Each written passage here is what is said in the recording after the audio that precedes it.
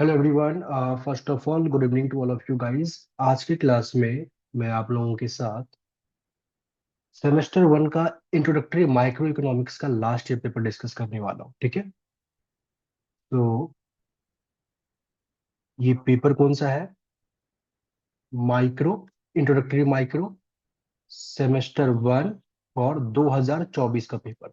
But technically technically basically इसको 2024 का paper ना कहते हुए, ये जो पेपर हुआ था आपका वो 2025 में हुआ था। मतलब कि ये देखो, यहाँ पे मेंशन है बेसिकली किस डेट को एग्जाम हुआ था।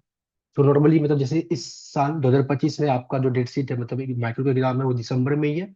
बट लास्ट ईयर वाले बच्चों को जनवरी में हुआ था, डेट्स वाई। तो ये लास्ट ईयर का पेपर, आपका करंट लास्ट ईयर का पेपर है। ठीक है, सो मैं इसको 2024 लेकर चलता हूँ, ट्रीट करके चलता हूँ, और आप 25 में बस आप लोग एग्जाम दे रहे हो। ठीक है, चलिए।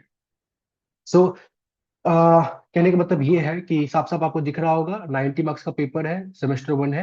एज वेल एज क्वेश्चंस के कुछ आपको रफली आइडिया में दे दूं तो आपको क्या बोला गया है कि all questions carry equal marks attempt any five. तो कहने का मतलब क्या है कि अगर 90 नंबर लाना है तो मेरे को एटलीस्ट पांच क्वेश्चन अटेम्प्ट करने हैं। तो पांच क्वेश्चन मतलब 18 मार्क्स के हर एक क्वेश्चन है, हर एक क्वेश्चन का वेटेज 18 मार्क्स के है। अच्छा, क्या एक क्वेश्चन में एक ही चीज दे रखा है? नहीं, मतलब part wise part question given होंगे। मैंने ऑलरेडी आपके इस पेपर का सॉल्यूशंस कर लिया है, सो दैट कि मैं आपको अच्छे तरीके से बता सकूं कि कितना आपको लिखना है, क्या सब लिखना है। हो सकता है कि आपने अगर सॉल्व किया होगा तो थोड़ा कुछ अलग भी आप कर सकते हो। मतलब जब थ्योरी लिखने की बात आती है तो हो सकता है आप कुछ अलग तरीके से एक्सप्लेन करो, मैं कुछ अलग तरीके से एक्सप्लेन करूंगा। तो माइट भी आपकी करने का तरीका में एंड मेरे करने के तरीके में थोड़ा मिसमैच होगा। बट अगर आपको जो बेस्ट तरीका लगे आप वो यूज कर सकते हो। मेनली होता है कि हमारा जो फाइनल रिजल्ट है वो सेम आना चाहिए। क्लियर है? चलिए, सो स्टार्ट करते हैं हम लोग पहले क्वेश्चन नंबर वन से। चलो, स्टार्ट करने से पहले ना एक चीज मैं आप लोग को और बताऊंगा कि मैं यहाँ पे आज की क्लास में ओनली क्वेश्चन डिस्कस करने वाला हूँ, मतलब कंसेप्ट नहीं बताने वाला। तो आपको पहले से सेमेस्टर वन का जो माइक्रो का सिलेबस है उसके बेसिक कंसेप्ट आने चाहिए। अगर आपको कंसेप्ट आता है तब तो डेफिनेटली आपको वो हर चीज समझ में आएगा। और अगर कंसेप्ट नहीं आता तो पहले आपको कंसेप्ट बेसिकली रिवाइज करना पड़ेगा या कवर करना पड़ेगा। क्योंकि अगर मैं हर एक क्वेश्चन का कंसेप्ट यहाँ लेकर बैठूं तो फिर तो ये बहुत बड़ी लंबी वीडियो बन जाएगी, और एक क्लास में तो होगा भी नहीं। ठीक है, चलिए। सो कंसेप्ट आपको आना चाहिए। ओके, सो सबसे पहले हम लोग बात करते हैं क्वेश्चन नंबर वन। और क्वेश्चन नंबर वन आपके पहले यूनिट से गिवन है, थ्योरेटिकल क्वेश्चन है। और जो मेरे से पढ़ रहे होंगे उसको पता होगा कि मैं थ्योरी पे ज्यादा ध्यान नहीं देता, बट हाँ ओनली सेमेस्टर वन के लिए, क्योंकि आपको थोड़ा रीडिंग्स पढ़ने की आदत है। बाकी सेमेस्टर टू ऑनवर्ड्स हर चीज कराया जाता है क्लास के अंदर में ही। बट ठीक है, पहले क्वेश्चन पढ़ते हैं क्या है। बोला गया आपको कि differentiate between positive and normative economics. ठीक है, are the following statement positive और नॉर्मेटिव। सबसे पहले तो पॉजिटिव इकोनॉमिक्स क्या होता है, नॉर्मेटिव इकोनॉमिक्स क्या होता है, उसको आप डिफाइन कीजिए। एज वेल एज जो गिवन स्टेटमेंट है बताइए क्या ये पॉजिटिव है या नॉर्मेटिव है। आपने ऑलरेडी पढ़ा होगा थोड़ा सा भी जब यूनिट नंबर वन में, तो आपको पता होगा कि ऐसे स्टेटमेंट जो बेसिकली वेरीफाइड है, जिसको हम वेरीफाई कर सकते हैं, टेस्ट कर सकते हैं, ठीक है, उसको हम लोग बोलते हैं पॉजिटिव इकोनॉमिक्स। नॉर्मेटिव क्या होता है? तो नॉर्मेटिव इकोनॉमिक्स एक तरीके से वो सारे स्टेटमेंट जो जजमेंट बेसिस पे होता है, एक ओपिनियन होता है। जैसे कि मैं बोलता हूँ कि ऐसा होना चाहिए।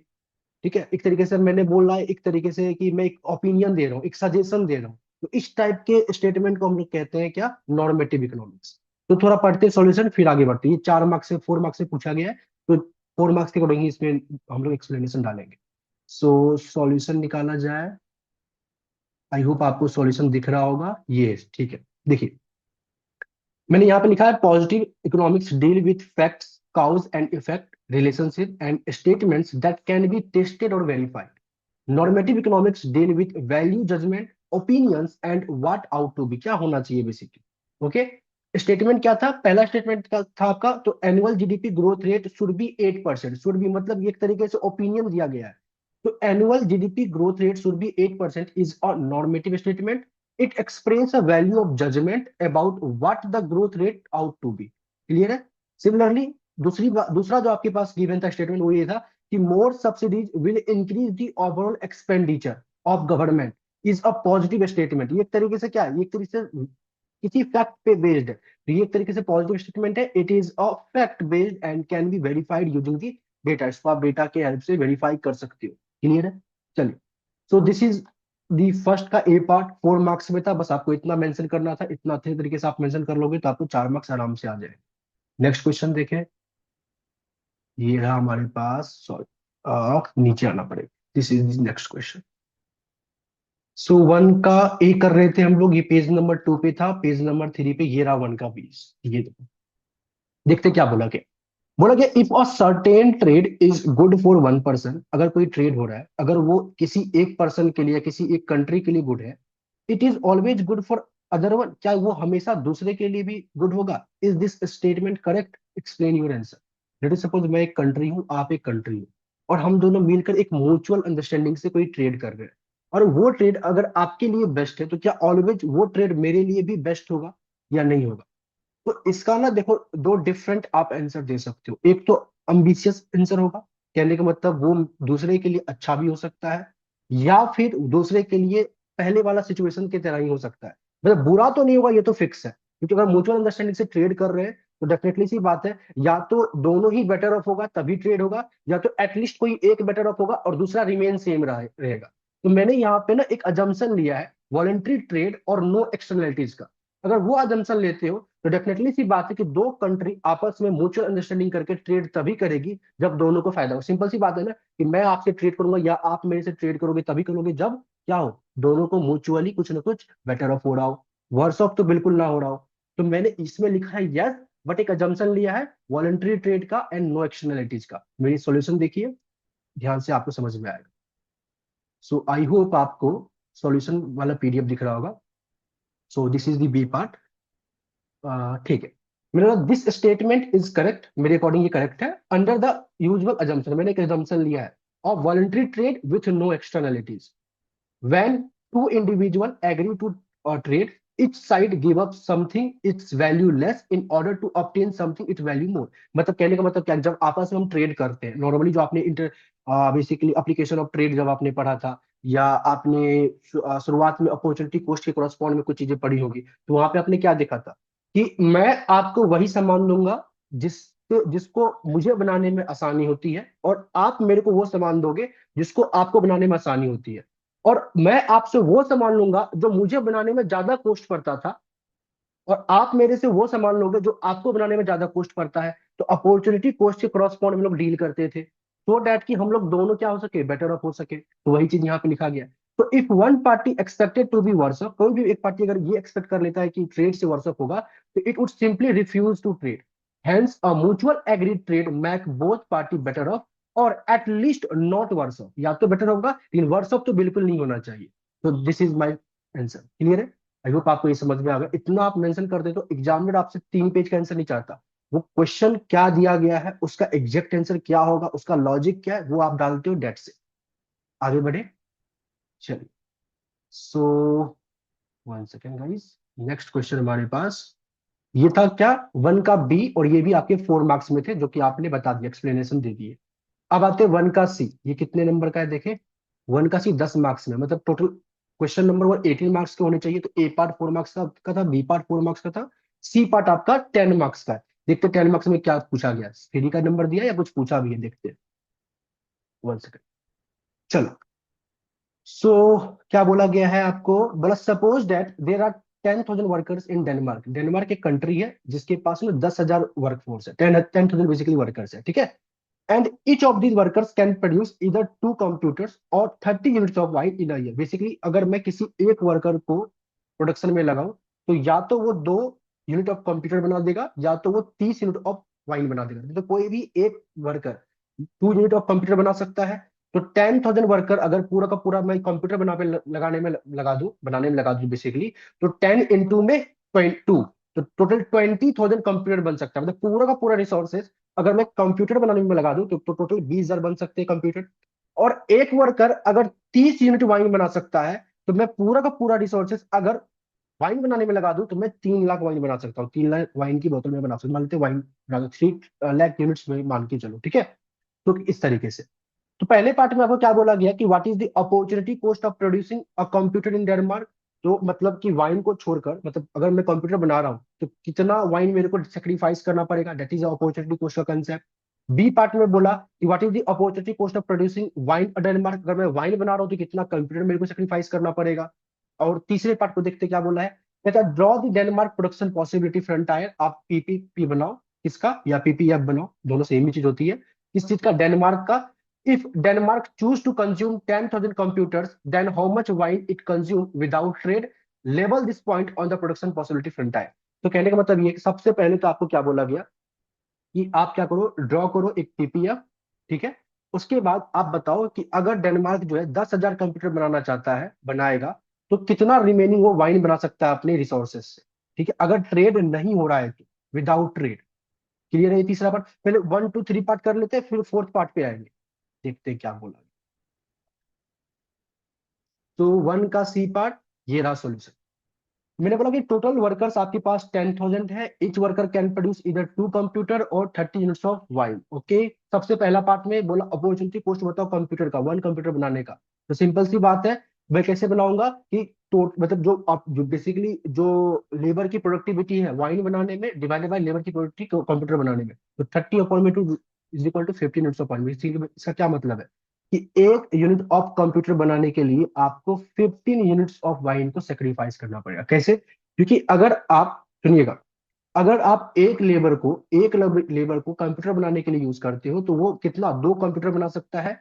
और एक लेबर को अगर आप क्या कर सकते हो, वाइन बनाने के लिए यूज करते हो तो वो 30 बोतल या 30 यूनिट वाइन बना सकता है।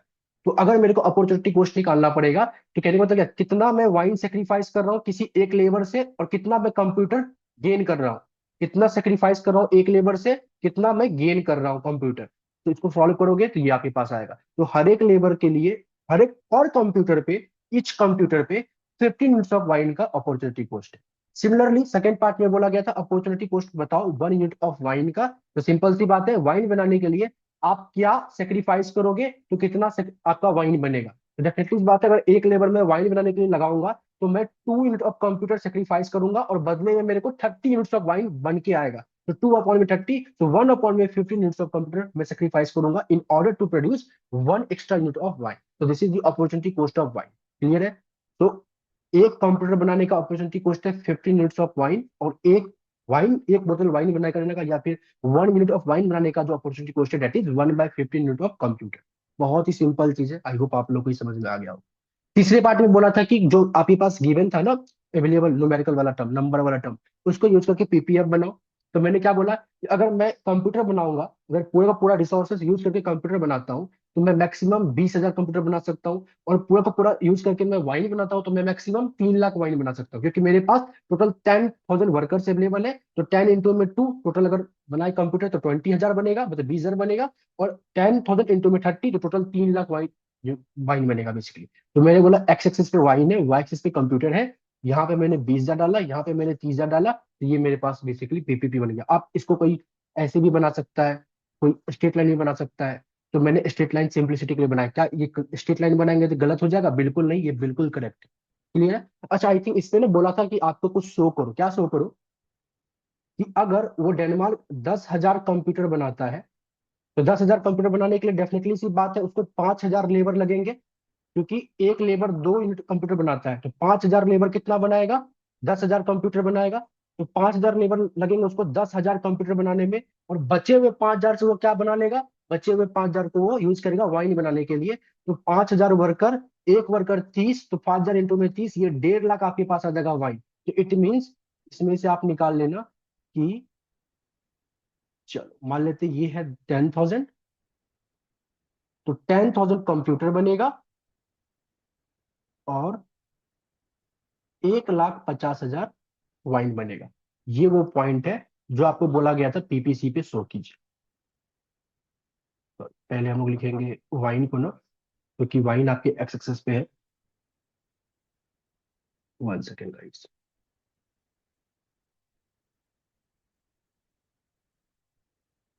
1 सेकेंड, ये क्या बात है, इधर काम क्यों नहीं कर रहा?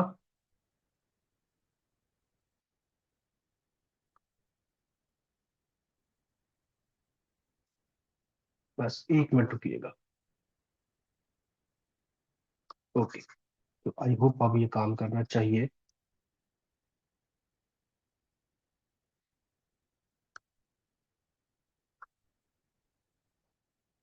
यस, क्योंकि एक्स एक्सिस से तो पहले एक्स एक्सिस वाला वर्ड लिखोगे ना आप। तो 1.5 लाख कॉमा 10,000, तो ये आपके पास आएगा। तो इसी चीज को आपको शो करना था, ठीक है। तो आई थिंक यहाँ पे मैंने नीचे लिखा भी है, to consume 10,000 computer we need to 5,000 worker. अच्छा, जो चीज मैंने आपको बताया था ना वो नीचे एक्सप्लेन किया हुआ है, बट मैंने उस चीज को डायग्राम पे शो नहीं किया, क्योंकि बोला था डायग्राम पे रिप्रेजेंट करो, उस पॉइंट को बताओ जिस पॉइंट पे ये बेसिकली नंबर्स बन रहे हैं। सो देखो यहाँ मैंने लिखा हुआ है। So now, to consume 10,000 computers, we need to 5,000 worker. So remaining worker will produce wine. कितना बनाएगा? 1.5 लाख बनाएगा. So without trade, Denmark can consume 10,000 computers and 1.5 lakh unit of wine. Simple है। चलिए, यहाँ तक तीसरा पार्ट हो गया था। इसी का चौथा पार्ट भी है, वो पढ़ लेते इस क्वेश्चन का। क्या है फोर्थ पार्ट में? मैं आपको क्वेश्चन दिखाता हूँ।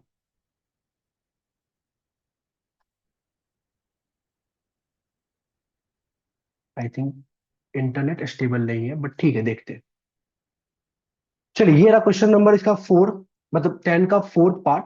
ये रहा फोर्थ पार्ट, क्या कहता है?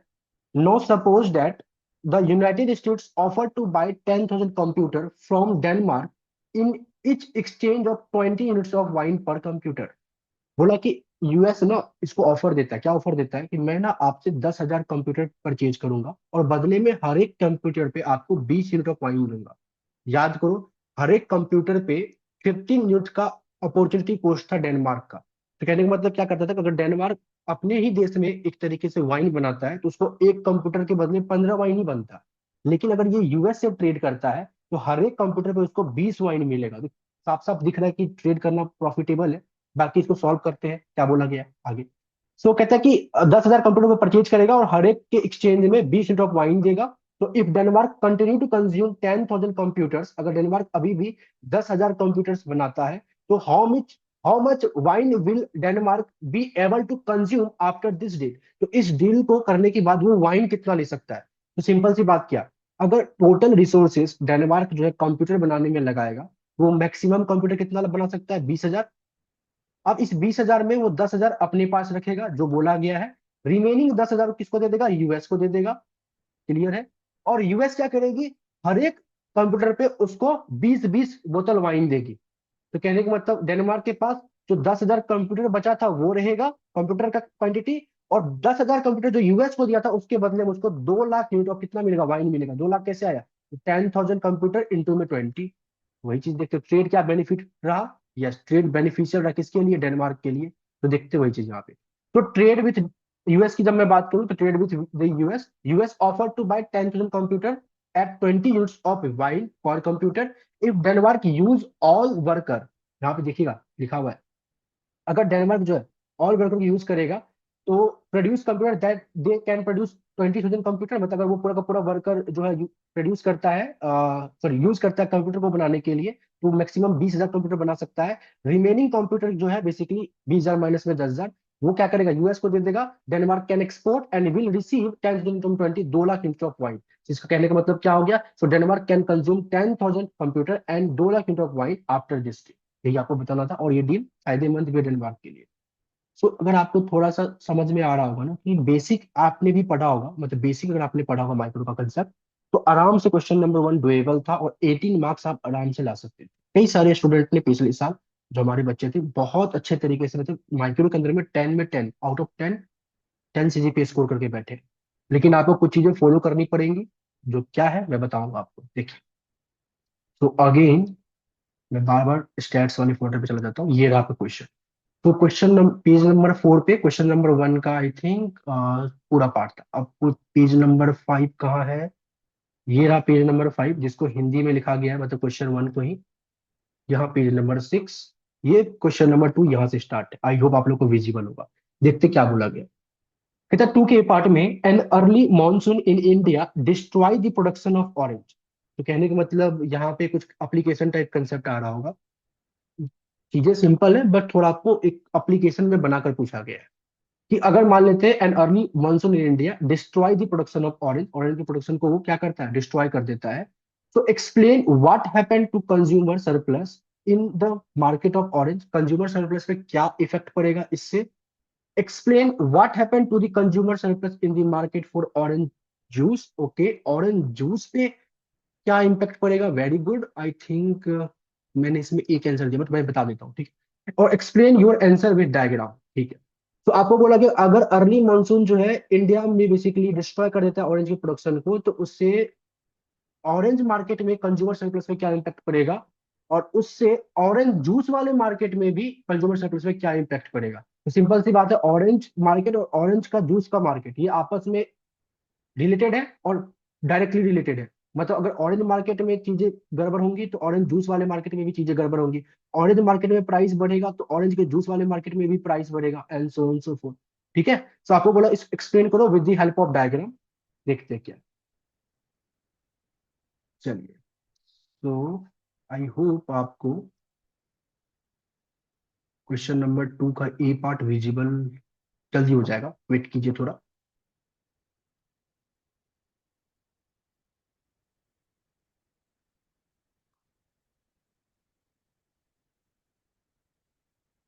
1 सेकेंड गाइस, इंटरनेट तो स्टेबल, आई थिंक सॉफ्टवेयर में ही थोड़ा कुछ प्रॉब्लम चल रही है, बट ठीक है, देखिए आगे आई थिंक आप विजिबल होगा आपको। सो 2 का ए पार्ट कहता है an early monsoon destroy production and its leads to fall in the supply of orange market. Simple सी बात है, अगर प्रोडक्शन को डिस्ट्रॉय कर देगा तो ऑरेंज मार्केट में सप्लाई क्या हो जाएगी? फॉल हो जाएगी। तो इस तरीके से मैंने डायग्राम बना दिया आप लोगों को। यहाँ मैंने लिखा क्वांटिटी ऑफ ऑरेंज और यहाँ पे मैंने लिखा प्राइस, ठीक है। सो लेट ए बी जो है रेड कलर का वो डिमांड है ऑरेंज का, और इनिशियली सप्लाई है ऑरेंज का ये। तो इक्विलिब्रियम क्वांटिटी आपके पास E1 पॉइंट पे आ रहा था, जहां से Q1 and P1 is the initial equilibrium price and equilibrium quantity. Clear है?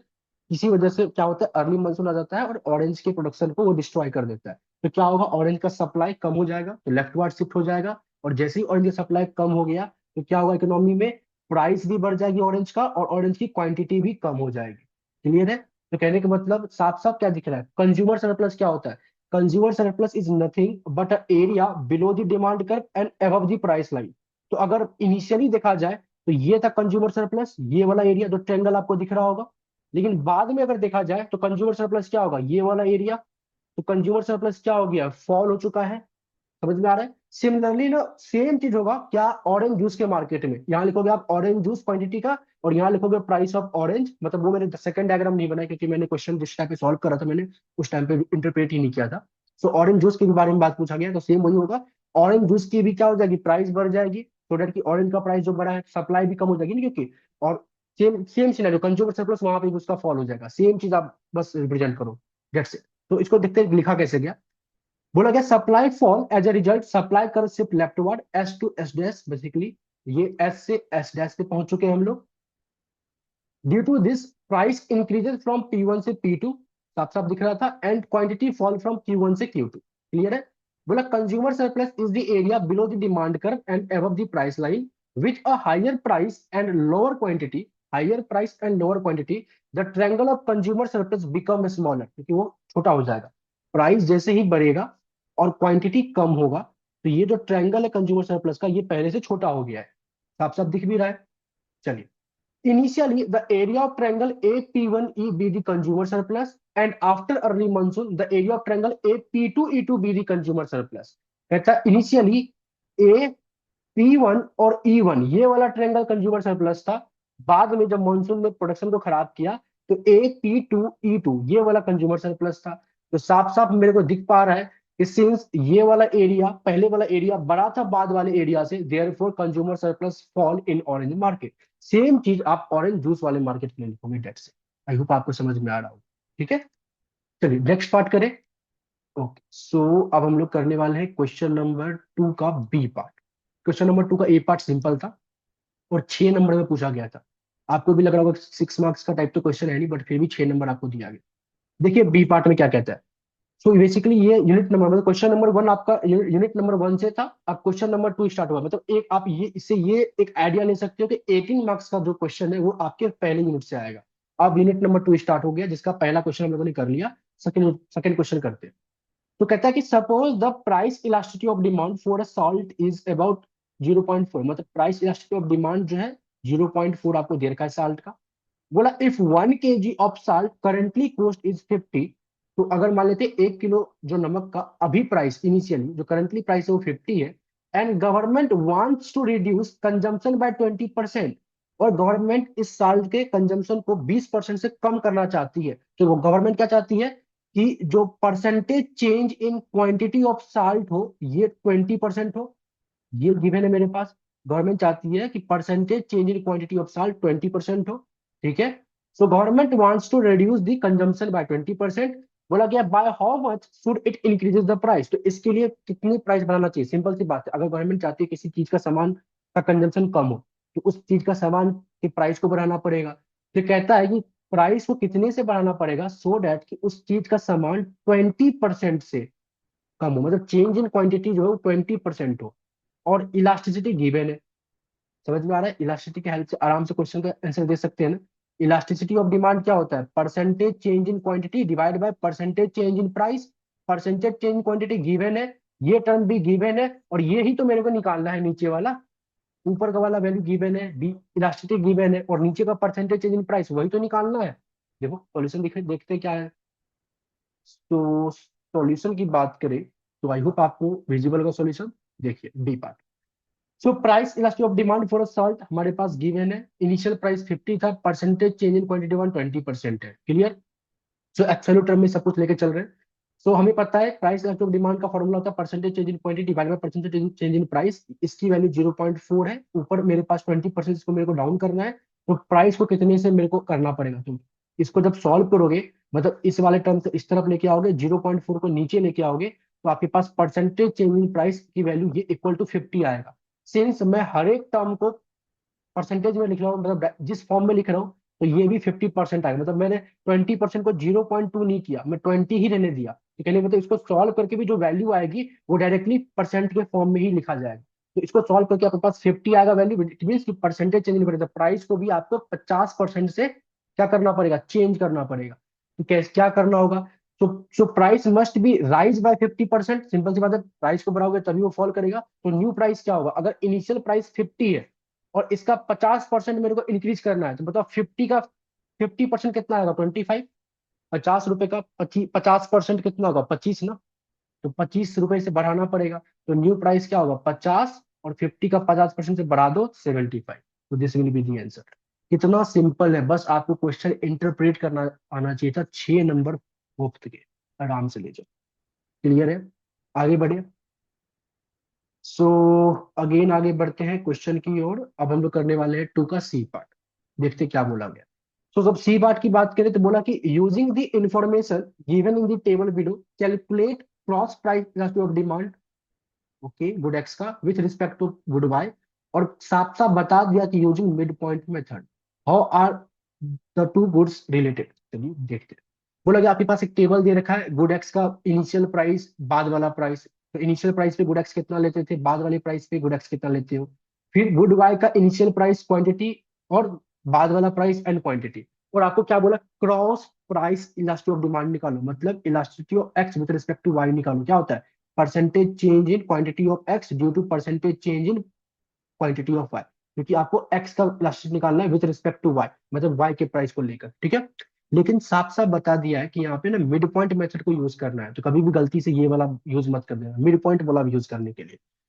सो अगर मिड पॉइंट मेथड यूज करने के लिए बोला गया, अब बच्चों के माइंड में आता है सर अगर मिड पॉइंट मेथड को यूज ना करके किसी और मेथड को यूज करके, परसेंटेज मेथड को यूज करके, या और भी कई मेथड्स होते हैं, उसको यूज करके मैं इसको निकाल दूं, सॉल्व कर दूं, तो क्या नंबर मिलेगा। तो मेरे हिसाब से आपको 0 मिलेगा।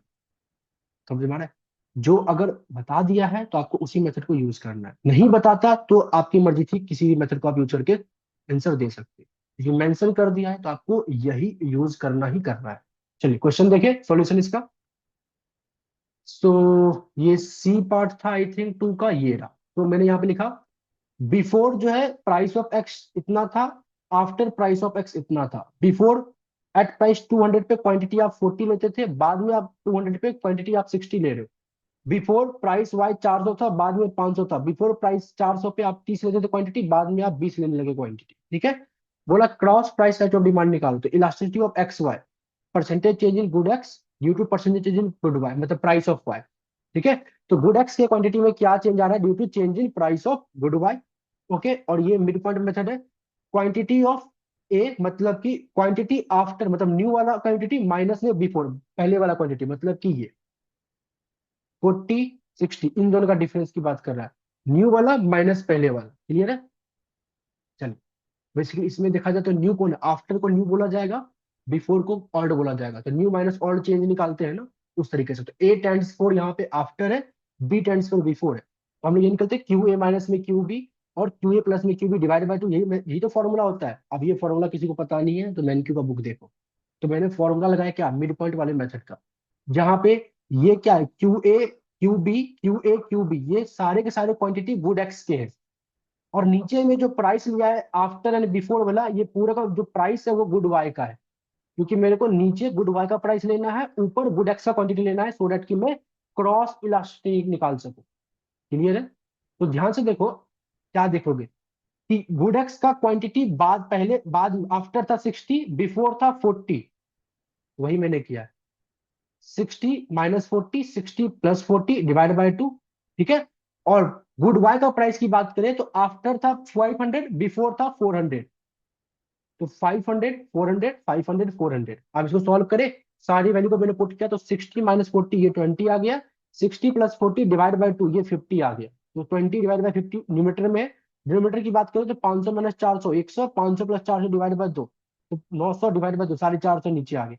अब मैंने क्या किया, अब सिंपल सी बात है, मैंने इसको इससे मतलब A by B, C by D होता है ना, तो डी और ये दोनों आपस में मल्टीप्लाई होते हैं ना, सिंपल कैलकुलेशन।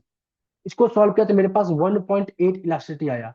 और सिंस क्रॉस इलास्टिसिटी आपका पॉजिटिव आया है, it means both goods are substitute goods. अगर ये नेगेटिव आता तो both goods are complement goods. आपसे पूछा था कि इलास्टिसिटी को देखकर आप गुड्स के नेचर के बारे में बताइए। तो सिंस क्रॉस प्राइस इलास्टिसिटी जो है पॉजिटिव आया है, it means good X and good Y are substitute. अगर ये नेगेटिव आता तो क्या होता, good X and good Y are complement. Clear? Substitute goods क्या होता है, कॉम्प्लीमेंट गुड्स क्या होता है, ये तो पता है ना? नहीं पता तो बुक पढ़ो। चलिए आगे बढ़े।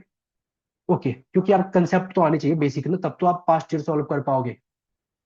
ओके, सो 18 मार्क्स देखो, मतलब आप ऑनेस्टली बताओ, अगर आपने थोड़ा सा भी मेहनत किया तो ये 18 मार्क्स इजी था ना, आराम से स्कोर कर सकते थे। तो 18 + 18 36 मार्क्स आपने कर लिया है। और मुश्किल से मुश्किल आपको हाफ एन आवर भी नहीं लगा होगा ये दो क्वेश्चन को सॉल्व करने में, अगर आप जब एग्जाम में करोगे तो। क्लियर है? चलिए, सो अब आते हैं हम लोग क्वेश्चन नंबर 3 पे। तो ये पेज नंबर 6 कर रहे थे, तो पेज नंबर 7 यहाँ है। ठीक है, पेज नंबर 8 यहाँ है, तो क्वेश्चन नंबर 3 यहाँ से स्टार्ट। देखते क्या बोला गया। क्वेश्चन नंबर 3 का ए पार्ट में ध्यान से देखिएगा। बोला गया है कि suppose a country does not allow imports of clothing. Okay, initially जो है कंट्री जो है क्लोथिंग के इंपोर्ट्स को अलाउ नहीं करती है, मतलब क्लोज्ड इकोनॉमी है। In its equilibrium without trade, so without trade जो इक्विलिब्रियम है, और जैकेट कॉस्ट इज 200, मतलब जैकेट का प्राइस है 200, मतलब equilibrium quantity without trade price है 200, और इक्विलिब्रियम क्वांटिटी है 30,000। तो विदाउट ट्रेड जो भी डिमांड सप्लाई होगा उसको इक्वेट करके जो इक्विलिब्रियम प्राइस आ रहा है जैकेट का वो 200 है, और जो इक्विलिब्रियम क्वांटिटी आ रहा होगा जैकेट का वो 300। क्लियर? अब आगे बोला, once they open for the trade the market price of jacket fall to the world price of 160। और जैसे ही इस क्लोज इकोनॉमी को ओपन इकोनॉमी में कन्वर्ट किया, मतलब कि ट्रेड को भी ओपन कर दिया। समझ में आ रहा है? सो दैट्स ट्रेड वाला कंसेप्ट है ये, इंटरनेशनल ट्रेड जो आपने चैप्टर पढ़ा है उसका। तो जैसे ही बेसिकली ट्रेड को भी ओपन कर दिया, तो जो बेसिकली प्राइस है मार्केट प्राइस, मतलब इक्विलिब्रियम प्राइस अब नया वाला वो वर्ल्ड प्राइस के बराबर आ गया, दैट इज 160। तो वर्ल्ड प्राइस आपके इक्विलिब्रियम मतलब आपके डोमेस्टिक वाले इक्विलिब्रियम प्राइस से नीचे है। तो अब आपके डोमेस्टिक में भी जो पूरा का पूरा जैकेट का प्राइस हो गया वो 160 हो गया, which is equal to world price. Clear है? अब आगे क्या बोला, बोला the number of jacket consumed in country rises to 40,000। और जैसे ही ये प्राइस वर्ल्ड प्राइस के बराबर सेट हुआ, तो अब जो नंबर ऑफ जैकेट कंज्यूम्ड किया जा रहा है हमारे कंट्री में वो 40,000 यूनिट है। और while the number of jacket produced decline to the 10,000। और हमारे कंट्री में जो जैकेट बन रहा था वो अब 10,000 हो गया। तो क्वेश्चन को समझना, मान लेते हैं मैं एक इंडिया कंट्री की बात कर रहा हूँ। इनिशियली इंडिया कंट्री में जो भी डिमांड एंड सप्लाई था उसको मैच करते हुए विदाउट ट्रेड मार्केट में जैकेट की प्राइस थी कितना, 200, और जैकेट की क्वांटिटी था 30,000 30,000 रुपीज। ठीक है? जैसे ही ट्रेड स्टार्ट हुआ, तो सिंस वर्ल्ड प्राइस जो है फॉल कर गया, मतलब वर्ल्ड प्राइस जैसे ही आया तो वो इक्विलिब्रियम प्राइस से कम था, तो अब मार्केट में जो इंडिया के मार्केट में प्राइस है 160 जैकेट का, तो इंडिया के मार्केट में अब जैकेट की क्वांटिटी कितनी बिक रही है? 40,000। लेकिन इंडिया का जो सप्लायर है वो अब 10,000 ही सप्लाई कर पा रहा है, तो मतलब रिमेनिंग 30,000 क्या हो रहा होगा? इम्पोर्ट हो रहा होगा। रिमेनिंग 30,000 क्वांटिटी इम्पोर्ट हो रहा होगा। समझ में आ रहा है? अच्छा, बच्चा क्या करता है कई बार ना इसको गलत इंटरप्रेट करता है। क्या गलत इंटरप्रेट करता है? कि while the number of jacket produce decline to 10,000, वो ये कहता है कि पहले 30,000 था, अब डिक्लाइन हुआ 10,000 से, तो अब 20,000 हुआ होगा। मतलब वो ये समझता है कि पहले सप्लाई, डोमेस्टिक सप्लाई था 30,000 का और अब डोमेस्टिक सप्लाई होगा 20,000 का। नहीं, पहले डोमेस्टिक सप्लाई था 30,000 का, बोला डिक्लाइंस टू 10,000, तो अब डोमेस्टिक सप्लाई होगा 10,000 का। तो चेंज जो आया होगा डोमेस्टिक सप्लाई में, तो चेंज होगा 20,000 का। क्लियर है? इस बात को ध्यान रखिएगा। समझ में आ रहा है? आप देखिए क्या कहते हैं पहले क्वेश्चन में। बोला गया draw a graph for the above situation. इस सिचुएशन के लिए आप क्या करो, एक डायग्राम ड्रॉ करो और हर एक पॉइंट को अच्छे से बताओ कि कौन कौन सा पॉइंट कहाँ पे आएगा। फिर आगे सेकंड पार्ट में बोला calculate the change in consumer surplus, producer surplus and total surplus that resulting from opening of trade. कहता है आपको पहले तो ड्रॉ करो, सारे पॉइंट्स को बताओ, उसके बाद सेकंड पार्ट में आपको बोला गया कि आप consumer surplus, producer surplus and total surplus बताओ जब ट्रेड ओपन किया गया है।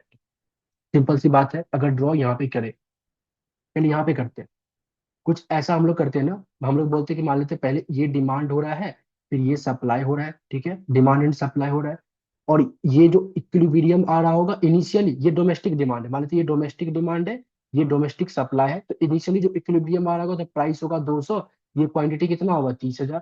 क्लियर है? कहता है किसी वजह से ना जब ट्रेड ओपन हुआ तो वर्ल्ड प्राइस के बराबर प्राइस आ गया और वर्ल्ड प्राइस 200 से नीचे है, this is the world price 160। तो अब जो है डिमांड हो रहा है ये, और ये अमाउंट कितना होगा? 40,000। अकॉर्डिंग टू दिस ये क्या होगा? 40,000। और जिसमें कि इस प्राइस पे 160 वाले प्राइस पे जो सप्लाई है, डोमेस्टिक सप्लाई है, कितना सप्लाई कर पा रहे हैं? ओनली 10,000 कर पा रहे हैं, ये 10,000। और जो रिमेनिंग जो इतना पार्ट है 10,000 से 40,000 के बीच का जो गैप है 30,000 का, वो क्या हो रहा होगा? इम्पोर्ट हो रहा होगा। तो ये इसका डायग्राम बनेगा पहला पार्ट का। अगर ये अच्छे से बना लोगे तो आगे काम बन जाएगा। बच्चा गलती क्या कर, जैसे अभी आपको मैंने बताया था, ये जो 10,000 लिखा है ना सप्लाई वाले को, इस वाले डायग्राम को देखो, इसमें सप्लाई को देखो।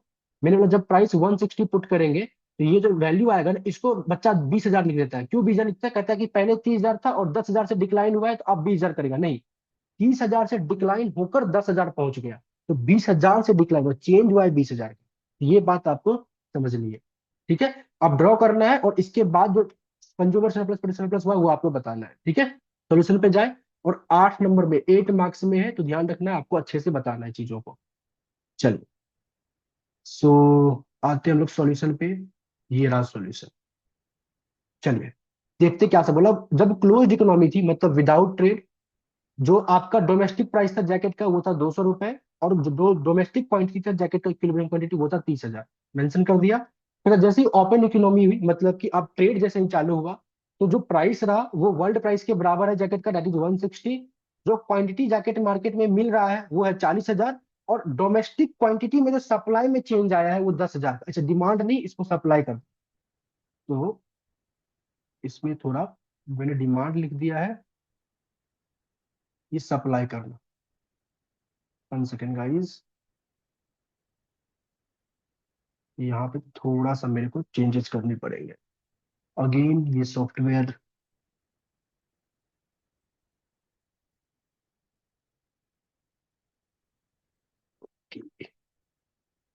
1 second guys, I have to share this again.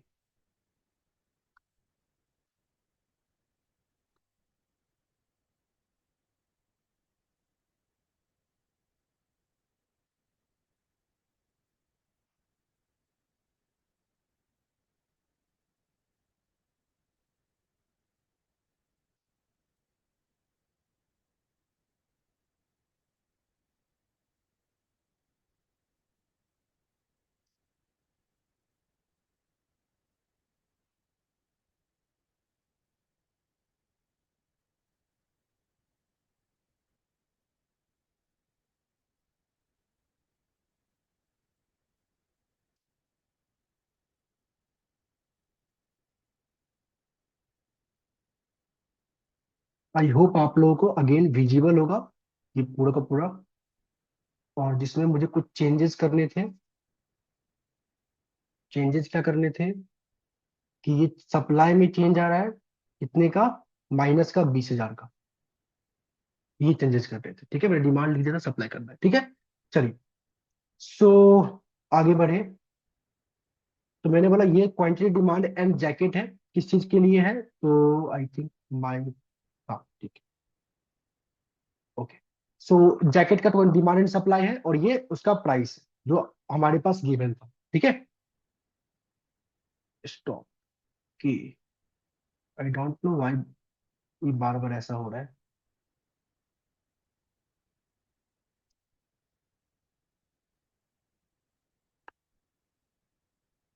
Internet तो स्टेबल है, एवरीथिंग इज फाइन।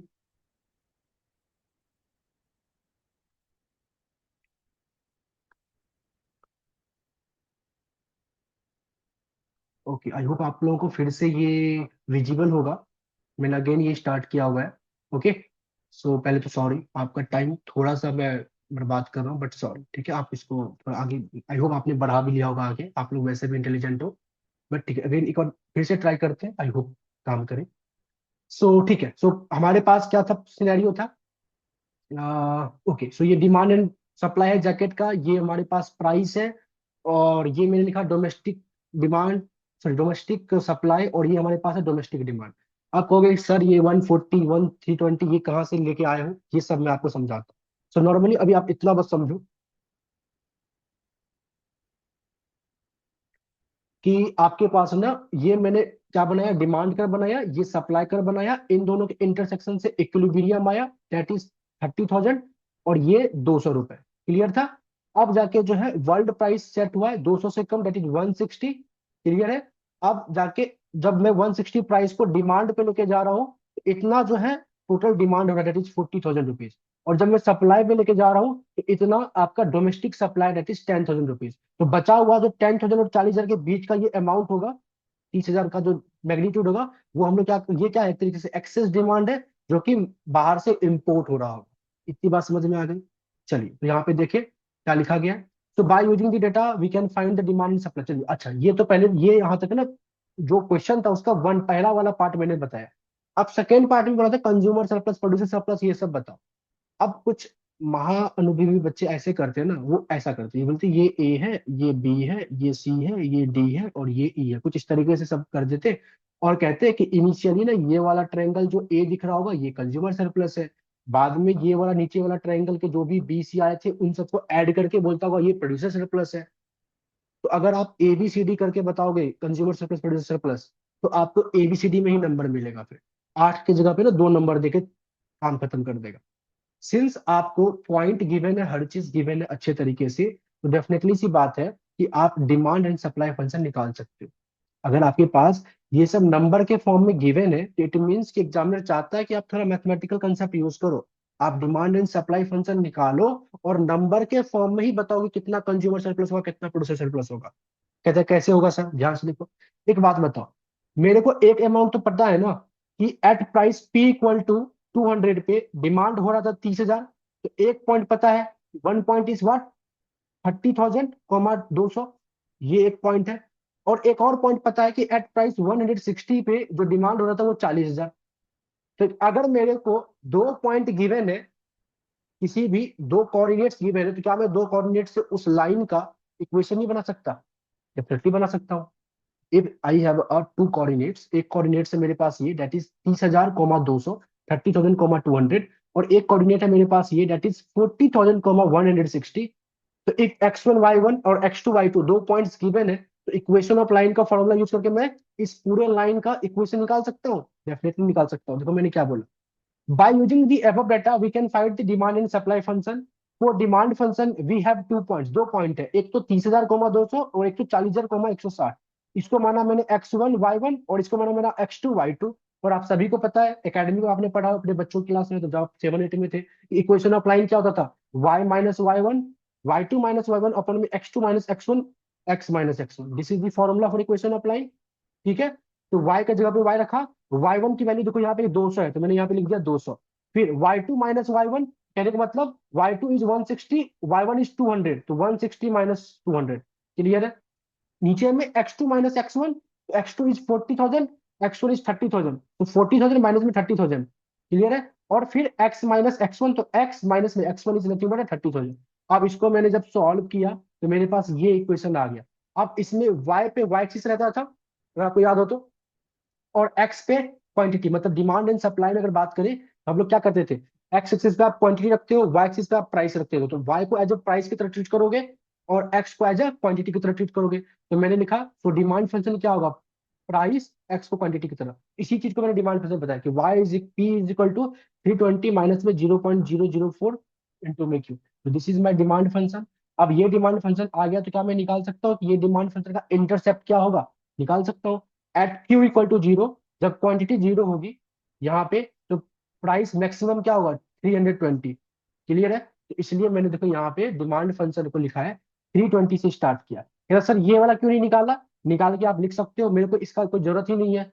जो मेरे को निकालना है ना कंज्यूमर सरप्लस, टोटल सरप्लस, ये सब उसमें मेरे को जरूरत नहीं है, मैंने यहाँ पे मेंशन नहीं किया। आप चाहो तो कर सकते हो, कैसे करोगे, तो यहाँ पे क्या होगा, प्राइस जीरो, तो आप लिखा दो at P equal to zero पे, मतलब यहाँ पे at P equal to zero पे बताओ क्वांटिटी कितना होगा, तो क्वांटिटी विल बी 320 अपॉन में 0.004, सॉल्व करोगे तो आपके पास वो क्यों आ जाएगा, बट नीड नहीं है उसकी। आगे कहता है नो सप्लाई फंक्शन के लिए भी हमारे पास दो पॉइंट है। कौन कौन से पॉइंट है चेक करें। तो सप्लाई फंक्शन के लिए हमारे पास एक तो यही पॉइंट है कि 200 पे 30,000, एक तो ये पॉइंट है जो कि इंटरसेक्शन वाला था, और एक और पॉइंट है 160 से 10,000, है ना। 116 को जब मैं सप्लाई फंक्शन पे लेके आ रहा हूँ तो इससे मेरे को 10,000 बेसिकली आउटपुट बन रहा है, क्वांटिटी बन रहा है। तो मेरे पास सप्लाई फंक्शन के लिए भी दो पॉइंट है, एक तो 30,200 और एक तो 10,160। इतनी बात समझ में आ गई, कहता है बिल्कुल सही। कहता है अगेन भाई सेम फॉर्मूला को मैं यूज करूंगा, y minus Y one, Y two minus Y one, और x2 minus X one, X minus में x1, हर एक वैल्यू को मैं पुट करूंगा, सॉल्व करूंगा, मेरे पास ये आ जाएगा। Supply function would be p equal to this. अच्छा सर को लिख रहा हूँ, सर वेट करो थोड़ा लिखने दो, अच्छा लिखो मत, मैं आप लोगों के साथ पीडीएफ शेयर कर दूंगा। मैं जो बेसिकली अगर मैं ये यूट्यूब पे अपलोड करता हूँ तो यूट्यूब के डिस्क्रिप्शन में मैं डाल दूंगा, अगर मैं आपको ग्रुप पे भेजता हूँ तो ग्रुप में भी मैं पीडीएफ डाल दूंगा, तो पीडीएफ में शेयर कर दूंगा, आप डाउनलोड कर सकते हो। बट अगर फिर भी लिखना है तो वीडियो को थोड़ा थोड़ा पॉज करके लिख सकते हो, बाकी आपकी मर्जी है। बाकी कंसेप्ट समझ में आ रहा है, खुद से क्वेश्चन सॉल्व करो तो और अच्छे तरीके से प्रैक्टिस होगा आपका, ठीक है। सो चलिए, so P is equal to this plus में 140, आपके पास सप्लाई फंक्शन आ गया, और साफ साफ दिख रहा है जब यहाँ पे मैं Q को वैल्यू को जीरो पुट करूंगा तो मैक्सिमम प्राइस होगा 140, तो इसलिए मैंने यहाँ पे लिखा at Q equal to zero, जो प्राइस होगा वो होगा 140। सप्लाई फंक्शन कुछ ऐसा स्टार्ट अपवर्ड शूटिंग इस तरीके से। तो अब जैसे मेरे पास डिमांड सप्लाई फंक्शन आ गया तो मेरे पास पता है क्या, इंटरसेप्ट सब आ गए। अब इंटरसेप्ट आ गए तो कहता है कंज्यूमर सरप्लस सब मैं निकाल सकता हूँ, कैसे निकाल सकता हूँ, अगर मैं बिफोर ट्रेड की बात करूं तो क्या एग्री करते हो, बिफोर ट्रेड आपका ये वाला कंज्यूमर सरप्लस था, ये वाला, और इस वाले ट्रायंगल का एरिया मेरे को निकालना होगा, तो क्या 1/2 इंटू में बेस इंटू में हाइट, जिसका बेस होगा इतना एरिया, मतलब 30,000 का बेस होगा, और हाइट होगा कितना, तो 320 माइनस में 200, 120 का हाइट होगा, क्लियर है। तो मैंने बोला कि यहां से देखिए जब नीचे आएंगे, consumer surplus before trade 1/2 into में बेस इंटू में हाइट, जो कि 300 माइनस 200, सॉल्व किया 18 लाख। मतलब बिफोर ट्रेड, ट्रेड से पहले कंज्यूमर सरप्लस था 18 लाख। कहता है consumer surplus after trade, trade के बाद का कंज्यूमर सरप्लस बताओ मेरे को क्या हो रहा है। अगर आप सभी एग्री करो तो क्या मैं कह सकता हूँ ट्रेड के बाद का जो कंज्यूमर सरप्लस है वो ये है, this is the consumer surplus after trade. क्या होता है, above the price line below the demand का, यही तो होता है कंज्यूमर सरप्लस। तो या इसकी मैं बात करूं तो इस वाले ट्रायंगल का बेस क्या है, 40,000, जीरो से लेकर 40,000, तो बेस है 40,000, और हाइट कितना है, 300 से 160 माइनस कर दो तो ये वाला हाइट मिल जाएगा आपको। तो 1/2 इंटू में बेस इंटू में हाइट, वही करते consumer surplus after trade, 1/2 base 40,000, height 320 minus 160, तो मेरे पास आफ्टर ट्रेड कंज्यूमर सरप्लस जो आया हुआ है 32 लाख। तो बिफोर ट्रेड था 18 लाख, और आफ्टर ट्रेड 32 लाख, तो कंज्यूमर को तो गेन हो गया। मैंने लिखा change in consumer surplus, consumer surplus after, A stands for after, तो consumer surplus after trade, consumer surplus before trade, 32 lakh minus 18 lakh, 32 lakhs minus में 18 लैक्स, तो आपके पास 40 लैक्स का गेन आ चुका है, क्लियर है। कहता प्रोड्यूसर सरप्लस बताइए। तो बिफोर ट्रेड प्रोड्यूसर सरप्लस अगर आप एग्री करो तो प्राइस लाइन से नीचे और सप्लाई फंक्शन से ऊपर, this is the producer surplus, clear है। जिसमें कि आपको बेस दिखेगा 30,000 का और हाइट दिखेगा 200 में से 140 को माइनस कर दो, दिस इज दी हाइट, तो वही लिखते हैं। तो कहा गया प्रोड्यूसर सरप्लस, ये रहा थ्री का बी पार्ट में, ये रहा। So producer surplus before trade 1/2, base 30,000, height है 200 minus 140, this is the producer surplus, जो कि 9 लाख। तो 9 लाख रुपीज का प्रोड्यूसर सरप्लस है बिफोर ट्रेड। लेकिन जैसे ही ट्रेड हुआ तो प्राइस लाइन नीचे आ गया था, और सिंस प्राइस लाइन नीचे आ गया तो प्राइस लाइन के बिलो और एबव दी सप्लाई कर, इसी को बोलते हैं प्रोडक्शन प्रोड्यूसर सरप्लस। इतना ही बस प्रोड्यूसर सरप्लस बचा, जिसका बेस है 10,000 और हाइट है 160 माइनस में 140। इसको सॉल्व करोगे तो 1/2, बेस 10,000, हाइट 160 माइनस 140, सॉल्व करके 1 लाख। तो मतलब ट्रेड से पहले प्रोड्यूसर को 9 लाख का फायदा था, 9 लाख का सरप्लस था। ट्रेड के बाद प्रोड्यूसर को 1 ही लाख का बस बचा, तो चेंज इन सरप्लस कितना आया, -8 लाख का। 9 लाख, मतलब जो बाद में ट्रेड के बाद 1 लाख माइनस में 9 लाख, तो -8 लाख, मतलब प्रोड्यूसर को सरप्लस में एक तरीके से लॉस ही हो गया, मतलब लॉस कहने का मतलब सरप्लस में लॉस हुआ है। ठीक है। कहता है टोटल सरप्लस कैसे होगा, तो टोटल सरप्लस बिफोर ट्रेड, तो बिफोर ट्रेड कंज्यूमर का जो सरप्लस था, प्रोड्यूसर का जो सरप्लस, दोनों को ऐड कर दिए। तो बिफोर ट्रेड कंज्यूमर का सरप्लस था 18 लाख, प्रोड्यूसर का था 9 लाख, दोनों को ऐड किया तो 27 लाख आ गया। कहता टोटल सरप्लस आफ्टर ट्रेड, तो कंज्यूमर का सरप्लस आफ्टर ट्रेड प्लस में कंज्यूमर का प्रोड्यूसर का सरप्लस आफ्टर ट्रेड, तो यहाँ पे भी सी के जगह पे पी होगा, तो ये पी होगा। तो प्रोड्यूसर सरप्लस आफ्टर ट्रेड, तो 32 लाख प्लस में ये जोड़ के तो मेरे पास 33 लाख आ गया। तो 33 लाख क्या हो गया आफ्टर ट्रेड, क्या कंज्यूमर टोटल सरप्लस, सॉरी। और अब इन दोनों का चेंज निकालना है, तो टोटल सरप्लस आफ्टर ट्रेड में से माइनस कर देंगे टोटल सरप्लस बिफोर ट्रेड, तो मेरे को इसका चेंज आ जाएगा। ये बात क्लियर है। 33 लाख माइनस में 27 लाख, तो total surplus, change in total surplus एक पॉजिटिव नंबर आया, इट मीन्स कि ओपन ट्रेड करने से आपको प्रॉफिट हुआ है। तो ये प्रॉपर आपको सॉल्व करके बताना था, और आपको 8 मार्क्स मिलते। अब कोई बच्चा उसको ABCD करके टेबल बना देता, और A+B+C is consumer surplus, A+B+ ये करके प्रोड्यूस सरप्लस, तो उसको फिर A नंबर B नंबर की तरह ही मिलता। तो अगर आपको नंबर के फॉर्म में दे रखा है तो आपको ट्राई करना है कि क्या नंबर के फॉर्म में हर चीज निकलेगा। क्लियर है। आगे बढ़े, चलिए देखते हैं नेक्स्ट क्वेश्चन क्या पूछा गया। आई होप आपको नेक्स्ट क्वेश्चन विजिबल हो। ये रहा, दिख रहा है, बी पार्ट। आई थिंक हम 3 का ए पार्ट करते, ये रहा बी पार्ट। तो बी पार्ट में what is the price floor, price floor का क्या मतलब होता है, जो गवर्नमेंट एक तरीके से मिनिमम वेज सेट करती है लेबर लोगों के लिए, कि वेज इतना होने से ज्यादा नहीं होना चाहिए। और मतलब what will be the impact on market outcome if the government imposes a price floor on a commodity at a price below it's equilibrium price. मतलब अगर गवर्नमेंट आके प्राइस फ्लोर करती है इक्विलिब्रियम प्राइस से नीचे, तो क्या इससे क्या इम्पैक्ट पड़ेगा, कुछ इम्पैक्ट नहीं पड़ेगा, नॉन बाइंडिंग रहेगा। मतलब अगर मैं ऐसा कह रहा हूँ कि मैं वर्कर को पहले से 50 रुपए देता हूँ 1 घंटे का, गवर्नमेंट का कि आके कहती है कि नहीं, किसी भी वर्कर को 40, मतलब 40 रुपए से कम नहीं दे सकते आप 1 घंटे काम करने का, तो मैं ऑलरेडी 40 से कम ऑलरेडी मैं 50 रुपए उसको दे रहा हूँ, तो इस वाले पॉलिसी का कोई इम्पैक्ट ही नहीं पड़ेगा, ये एक नॉन बाइंडिंग है। चलो देख, पढ़ा है ना ये, कंसेप्ट पढ़ा है तभी समझ में आ रहा होगा, अदरवाइज आपके ऊपर से जा रहा होगा कि सर क्या बोल रहे हैं। चलिए, सो आई होप आपको यहाँ पे विजिबल हो। 1 सेकेंड गाइस। चलो ठीक है, सी पार्ट में बता के थोड़ा सा मैं ब्रेक लूंगा, उसके बाद आगे का क्वेश्चन कराऊंगा, सो डेट कि मैं चीजों को समझ सकूं क्या प्रॉब्लम आ रहा है। देखते हैं। तो थ्री का सी पार्ट में बोला गया कि अ price floor is a minimum legal price set by the government below which the good can not be sold. ये प्राइस फ्लोर का मतलब होता है। मैंने बोला चलो एक डिमांड एंड सप्लाई लेते हैं, ये रहा डिमांड, ये रहा सप्लाई, और पहले से इक्विलिब्रियम प्राइस ये था, ये P is the equilibrium price. Government आती है और इस इक्विलिब्रियम प्राइस से नीचे प्राइस फ्लोर करती है, तो क्या होगा इसे, कहता है इफ द गवर्नमेंट, देखिएगा, if the government imposes a price floor below the equilibrium price it is non binding ineffective because the market equilibrium price is already higher, so the actual market price and quantity will remain unchanged। पहले से वो ज्यादा पैसा में काम हो रहा है तो ये रिमेन अनचेंज रहेगा। तो नो सरप्लस और shortage created and there is no effect on consumer and producer surplus, और इससे कोई भी इफेक्ट नहीं पड़ेगा। तो आई थिंक ये क्वेश्चन क्या था, क्वेश्चन नंबर 3 का बी पार्ट था। मैंने यहाँ पे सी लिख दिया है, इसको भी ठीक करो। This is the B part. Clear है। चलिए, सो आगे बढ़े नेक्स्ट क्वेश्चन की ओर, इसके 3 का सी पार्ट में। देखिए क्या है 3 का सी पार्ट। तो ये है पेज नंबर 8, पेज नंबर 9, मतलब यहाँ है थ्री का सी पार्ट, अगर आपको दिख रहा हो ये रहा। कहता क्या है देखिए, कहता using supply and demand diagram so that the effect of following events on the market for cotton sari. ठीक है, कहता एक कॉटन साड़ी की मार्केट है, आप सप्लाई एंड डिमांड डायग्राम को यूज करके आप इफेक्ट को बताइए क्या होगा। ओके, क्या है, कहते हैं एक a bad weather condition damage the cotton crop and simultaneously the price of other sari fall. ध्यान सुनिएगा, दो चीजें हो रही है। आपको एक कॉटन साड़ी के मार्केट में क्या करना है, इम्पैक्ट बताना है क्या होगा इस गिवन सिनेरियो की वजह से। और सिनेरियो क्या हुआ है कि बैड वेदर कंडीशन है, जो कि क्या करता है, कॉटन क्रॉप को डैमेज करता है।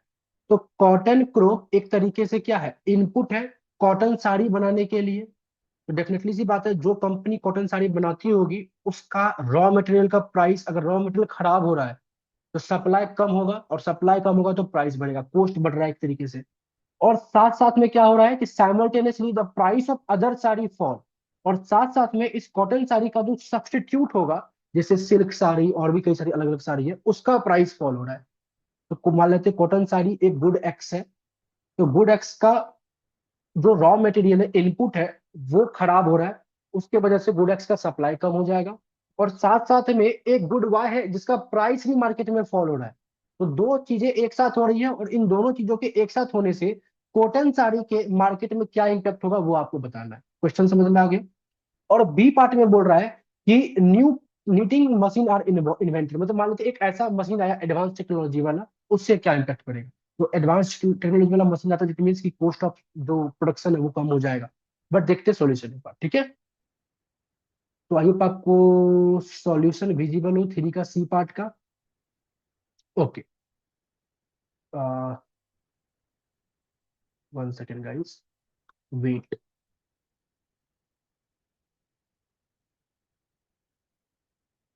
आई होप आपको विजिबल हो जाएगा, बस just wait for a second. Yes, I think आप विजिबल है, ठीक है। सो हमारे पास एक डिमांड कर्व है, मैंने बोला ये इनिशियल डिमांड कर्व है आपका डी, और इनिशियल सप्लाई कर्व है आपका एस। तो मेरे पास इक्विलिब्रियम क्वांटिटी Q1 है, और मान लेते हैं ये इक्विलिब्रियम प्राइस होगा, प्राइस कुछ भी हो सकता है, बट मेरे को प्राइस अम्बिजियस होगा, मैं शो करता हूँ आपको। तो इक्विलिब्रियम क्वांटिटी तो समझ में आ गया, Q1 is the equilibrium quantity, initial equilibrium quantity. Clear है। आप क्या कहता है, due to bad weather less availability of cotton and leads to cost of producing cotton sari increases. Bad weather के कारण कॉटन जो होगा, जो इनपुट है, वो उसकी एबिलिटी कम हो जाएगी, और जिसकी वजह से कॉटन साड़ी का जो प्राइस होगा, प्रोडक्शन होगा, वो एक तरीके से कम हो जाएगा, और कॉस्ट उसका बढ़ जाएगा। So as cotton treated as a input, sorry, as a cotton treated as a input, मतलब कॉटन साड़ी के लिए कॉटन इनपुट की तरह ट्रीट किया जा रहा है। And due to this supply curve of cotton sari shift leftward. तो सप्लाई कर्व जो है कॉटन साड़ी का, वो लेफ्टवर्ड शिफ्ट कर जाएगी, तो सप्लाई कर्व लेफ्टवर्ड शिफ्ट हो गया। क्लियर है। तो कुछ ऐसा सिनेरियो हुआ है, अगर मैं रिप्रेजेंट आपको करूँ तो मान लेते हैं ये पहले डिमांड था, और ये पहले सप्लाई था। ये आप पहले क्वांटिटी बनाते थे, किसी वजह से तो चेंजेस हुआ वेदर में, उससे सप्लाई आपका पीछे चला गया S1 से S डैश। जैसे ही सप्लाई आपका पीछे जाएगा, तो कहने मतलब अब आप क्वांटिटी कम करोगे Q1। लेकिन इसको यहीं पे मतलब Q1 मत करो, एक चीज और भी हुआ है। क्या हुआ है, ध्यान से देखो। कहता है कि due to fall in the price of other sari, एक और चीज हुआ था क्या, तो अदर साड़ी का प्राइस फॉल हुआ था, likely substitute goods for cotton sari, silk sari, कुछ भी हो सकता है। Will switch the consumer of cotton sari to cheaper substitute. अगर मान लेते कॉटन साड़ी और सिल्क साड़ी दो साड़ी है, दोनों साड़ी आपस में सब्स्टिट्यूट है, तो सिल्क साड़ी का अगर दाम कम होगा तो कंज्यूमर क्या करेगा, सिल्क साड़ी की तरफ जाएगा ना, उसकी डिमांड को बढ़ा देगा। यही तो कहता है सब्स्टिट्यूट गुड्स का कंसेप्ट, कि अगर टी एंड कॉफी में कॉफी का प्राइस अगर कम हो जाए या बढ़ जाए, तो आप क्या करोगे, अगर बढ़ जाए तो टी पे आप आ जाओगे। और चाय पीने वाले अगर मान लो तो कॉफी का प्राइस कम हो जाएगा, तो आप कॉफी की तरफ चले जाओगे, अगर सब्स्टिट्यूट गुड्स है तो। क्लियर है। तो अगर मान लेते कॉटन साड़ी का जो सब्स्टिट्यूट है उसका प्राइस फॉल होता है, तो क्या होगा, कंज्यूमर क्या करेगा, कॉटन साड़ी का के डिमांड को कम कर देगा, और चीपर वाले सब्स्टिट्यूट की तरफ भागेगा। So will switch the consumer of cotton sari to cheaper substitute, and its leads to fall in the demand of cotton sari, जिससे कि कॉटन साड़ी का डिमांड भी कम होगा। And demand curve also shift leftward, और डिमांड कर्व भी क्या होगा आपका, लेफ्टवर्ड शिफ्ट होगा। तो कॉस्ट ऑफ प्रोडक्शन के बढ़ने की वजह से सप्लाई कर्व शिफ्ट हुआ था पीछे, और सब्स्टिट्यूट गुड्स के प्राइस फॉल होने की वजह से डिमांड कर्व हुआ था आपका पीछे। ठीक है। तो इतना तो मेरे को समझ में आ गया कि नया डिमांड कर और नया सप्लाई का जो भी इंटरसेप्ट होगा, जो कि ये है, तो ये Q1 को छोड़ देना, ये वाला नहीं, उससे क्वांटिटी मतलब कॉटन साड़ी की क्वांटिटी तो फॉल करेगी, ये तो फिक्स है। लेकिन प्राइस में क्या होगा, मान लीजिए पुराना प्राइस ये था, नया वाला प्राइस क्या होगा, कम भी हो सकता है, ज्यादा भी हो सकता है, वो डिपेंड करता है कौन किसको एक तरीके से डोमिनेट कर रहा है। कहने का मतलब देखो यहाँ पे मैंने लिखा होगा आपको, 1 सेकेंड गाइस, इस तरीके से सॉफ्टवेयर काम करेगा तो 10 मिनट का काम 15 मिनट में होगा यार। चलिए, मैंने यहाँ पे लिखा, आपको दिख रहा होगा, resulting equilibrium, resulting equilibrium quantity definitely fall Q1 से Q2, मतलब इक्विलिब्रियम की जो क्वांटिटी है कॉटन साड़ी की, वो डेफिनेटली Q1 से Q2 फॉल तो करेगी। बट प्राइस इज अम्बिजियस, प्राइस है वो क्या होगा, अम्बिजियस, बेसिकली प्राइस अम्बिजियस होगा, बेसिकली वो फॉल भी कर सकती है, सेम भी रह सकती है और बढ़ भी सकती है, depending on which shift is stronger. ये डिपेंड करता है कि कौन सा शिफ्ट ज्यादा स्ट्रॉन्गर है, सप्लाई साइड ज्यादा स्ट्रॉन्गर है या डिमांड साइड ज्यादा स्ट्रॉन्गर है। कहने का मतलब यह है, ये है कि मान लेते हैं अगर इसी वाले डायग्राम में डिमांड बहुत ज्यादा नीचे हो जाता तो प्राइस क्या हो जाता, फॉल हो जाता। डिमांड थोड़ा ही कम होता तो प्राइस ज्यादा हो जाता, बढ़ जाता। और डिमांड सप्लाई आपस में उसी तरीके से होते सो दैट की प्राइस रिमेन सेम हो। तो कोई भी सिनेरियो हो सकता है। ये सब समझ में आ रहा है ना, वैसे मैंने बोला ये कि मान लेते ये इनिशियल सप्लाई था, ये इनिशियल डिमांड था, इन दोनों के इक्वेट करके आपने प्राइस एंड क्वांटिटी निकाला, किसी वजह से सप्लाई कम हो गया तो ये रहा एस डैश।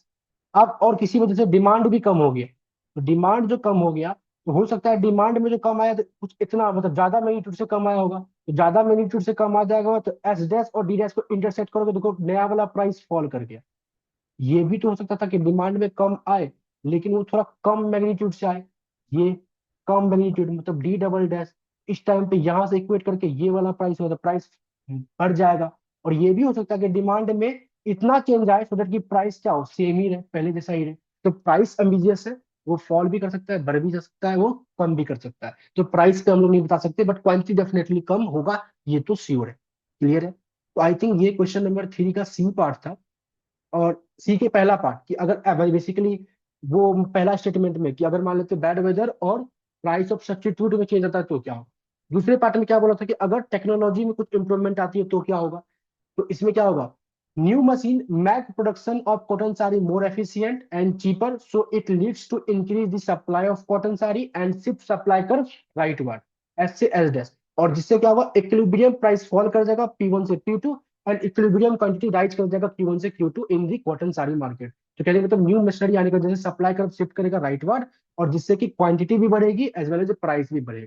तो this is the basically solution of question number 3 का सी पार्ट। सो मैंने अभी आप लोगों को 3 क्वेश्चंस आपके डिस्कस किए, और तीनों ही क्वेश्चंस आपके, पहला क्वेश्चन तो यूनिट नंबर 1 से था, बाकी के 2 क्वेश्चन यूनिट नंबर 2 एंड 3 से थे। और जैसा कि मैंने आप लोगों को अपनी क्लास में बताया भी था, यूनिट नंबर 2 एंड 3 इंपॉर्टेंट है, जिसे 36 मार्क्स का क्वेश्चन तो आ चुका है और आगे भी क्वेश्चन दिखेगा। तो फिलहाल कुछ देर के लिए मैं पॉज करूँ, तो सेकेंड पार्ट में मैं इसी बेसिकली इसी के दूसरे वाले वीडियोज में मैं रिमेनिंग क्वेश्चन आप लोगों को कराऊंगा। अभी के लिए क्या करना है, जितने क्वेश्चंस मैंने आपको कराए उन सभी क्वेश्चन को आप खुद से करो, खुद से देखो, और कहीं भी कोई डाउट आए तो आप फिलहाल मेरे से पूछ सकते हो। अभी के लिए thank you so much and bye bye.